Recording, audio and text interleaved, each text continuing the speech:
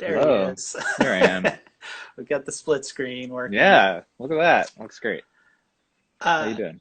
Great. Glad you could join us. I appreciate you taking the time out of your day. And welcome to all the folks who are tuning in. I know people will be straggling in over time. If you have to scroll away and do something else, we'll probably have an archived version of this, if not on our Instagram here, then over on our YouTube in a day or so. Um, Happy to have Dustin Chambers with us, Atlanta-based photojournalist, been active in the community, making great work for years. And on Friday, which I guess was the 8th, I came across a photo of yours, Dustin, that was, with the Reuters watermark. It was on Corinne Perkins's Twitter account, and she Okay. said, Dustin's down in Brunswick.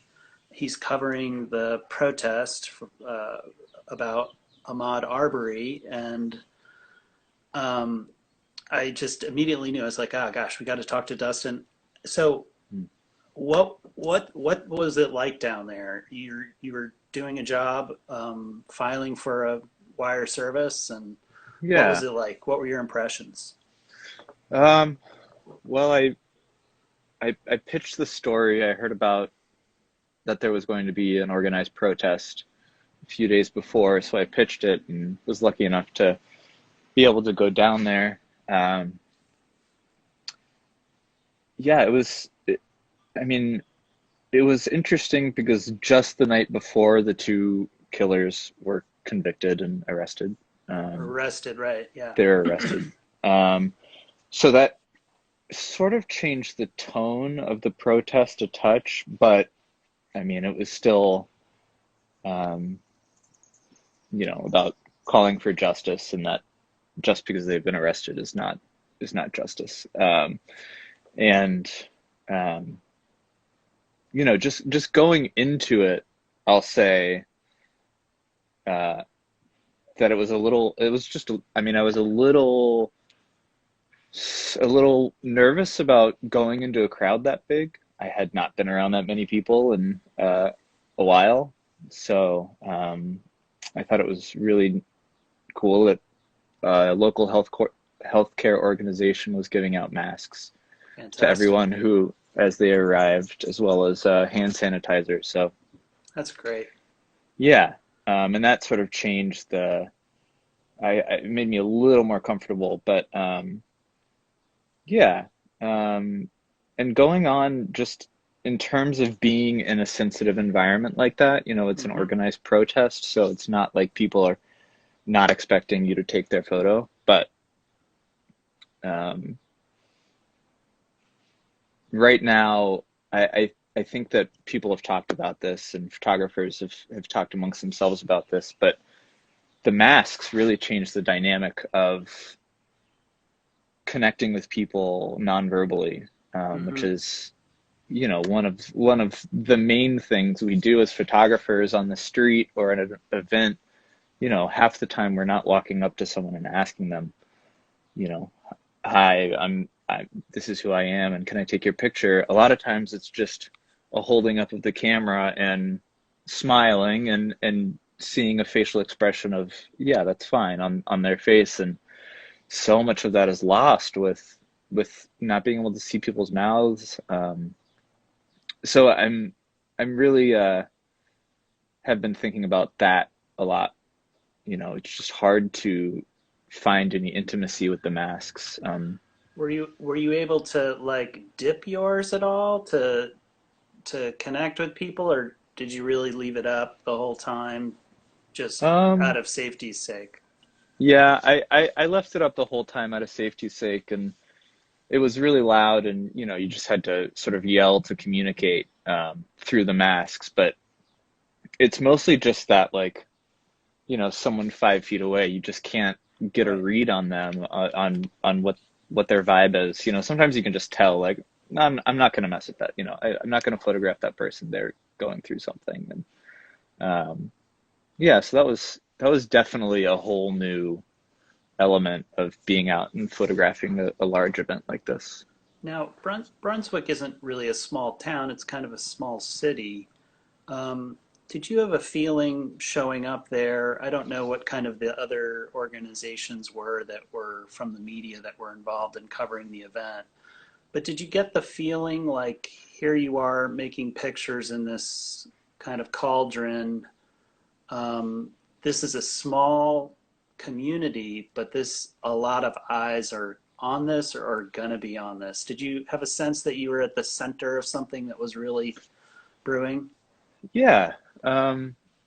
I've been through Brunswick a few times, mostly visiting the barrier islands, Cumberland Island mostly. So it is a pretty small, quiet southern town. And I was not expecting this many people to be there, honestly. Mm-hmm. I expected it to be very passionate, but uh, it was it was packed to the brim. Um, Sorry, there's a helicopter. You're fine. And Porch life. yeah, and so no, I mean, coming from Atlanta, I didn't expect a crowd of that size by any means. So yeah, Let me see if I can pull up the photo and have it'll kind of replace me if I do this correctly. So let's see if I can do this. okay, Got to scroll a few.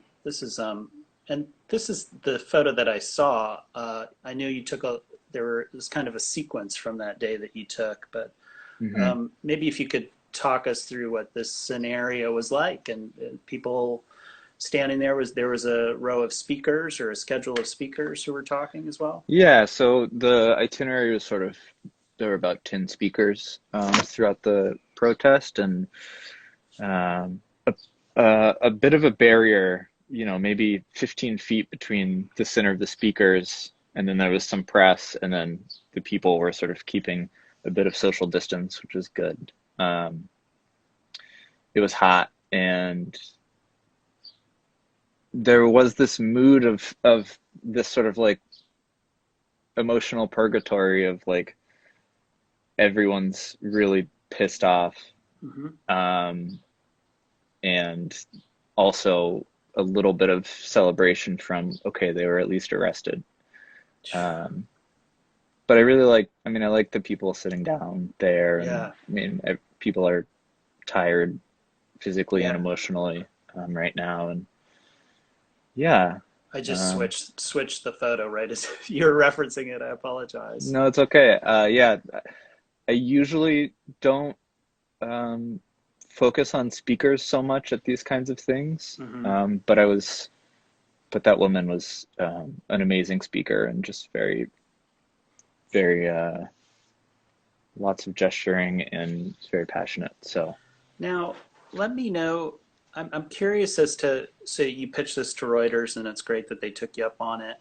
What was your thought just before you kind of did that, as you were coming to some understanding of what this case was about how there was this kind of 2 month lag in really reporting about it? The correspondent Richard Fawcett here in Atlanta wrote about it for the New York Times on April 26th, but and it seemed to kind of yeah, kick off this coverage in some way. So, how did you kind of arrive at the thought of like, I got to get involved, I got to get down there? yeah. I mean, obviously, I haven't watched the video, but once it was released, I think obviously all eyes were on this situation. And after being there, and I mean, still a big call to action on this day was to get rid of the DA, um, Yeah. to fire the DA that allowed this case to be thrown out. Um, and so that's where a lot of energy was put towards that day.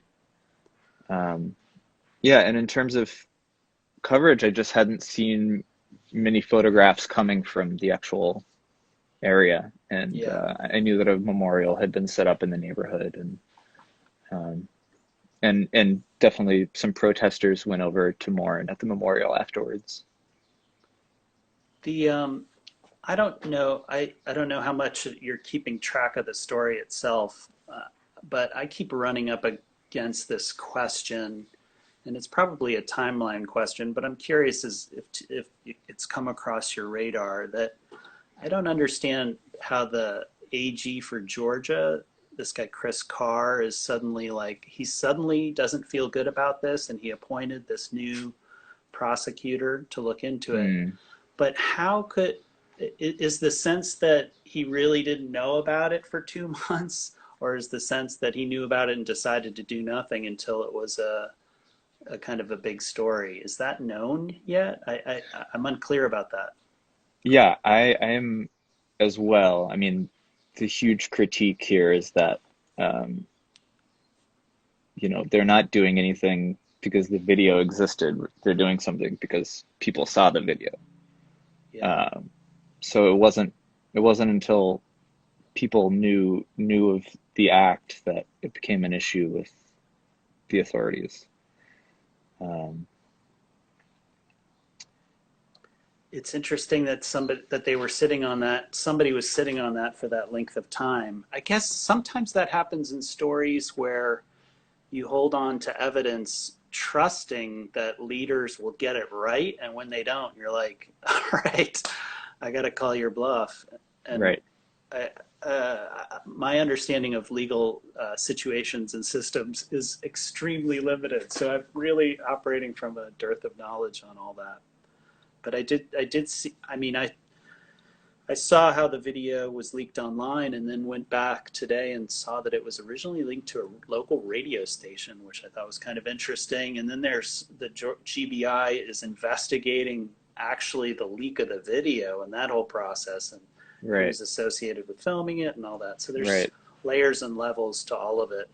right. Yeah, I mean, there's whoever filmed the video is still sort of at large in some ways, or at least They're a known people want to. person. Yeah, they have a Yeah. name and I think they're attached to the case in some way. Um, so I recall a couple years ago you working on a different story of sorts, making photography for the John Ossoff campaign, and Mhm. I thought it was really like an example of excellence in that narrowly defined space of what it's like Right. to make campaign photography. And I'm curious, he's running again. Are you going to be working with them? Are you already doing that? What's going on with that? I'm not going to be working with him. He's a close friend of mine from high school, and I jumped at the opportunity to work on the first campaign, and actually ended up filming a behind the scenes documentary of his first campaign. So I'm working on very close to being done with that film, and hopefully it will go to festivals. But I, I want to shoot politics for news sake, Mm-hmm. and I certainly can't do that while photographing for a candidate. So that Right. was that was one of the main reasons to not do that. But It's interesting how it's shooting for a campaign is not really like being a political photojournalist. It's a little bit of advertising, you know. It's a a little bit, yeah. And but it was great practice. I mean, it was great access, yeah. um, but it was great practice to translate into actually covering, politicians for newspapers. So. Because you've seen how these things work kind of from behind the scenes before. Yeah, and you know what to expect, and you really know, I mean, where they're going to be and when, and you can get there before that happens. Do you think with the Arbery story that you'll stay connected to it in a working fashion? Do you think you'll continue to kind of pursue working on the story as Yeah, it advances? I would really like to go and spend. I mean, it was such a rush of a day. Woke up at 3, filed by like noon, and Wow. spend a little bit more time there. But I'd like to spend a couple days just to see how the community is reacting. I don't think that it's really quieted down. Um, Yeah. so, and I think it's going to be an important story, obviously. and it's going to keep developing. So my hope is to spend some days in a row down there soon. So Absolutely. yeah, Well, I appreciate your work. I appreciate the fact that you were there and these pictures were able to get widespread attention. Um, I want to direct people to you.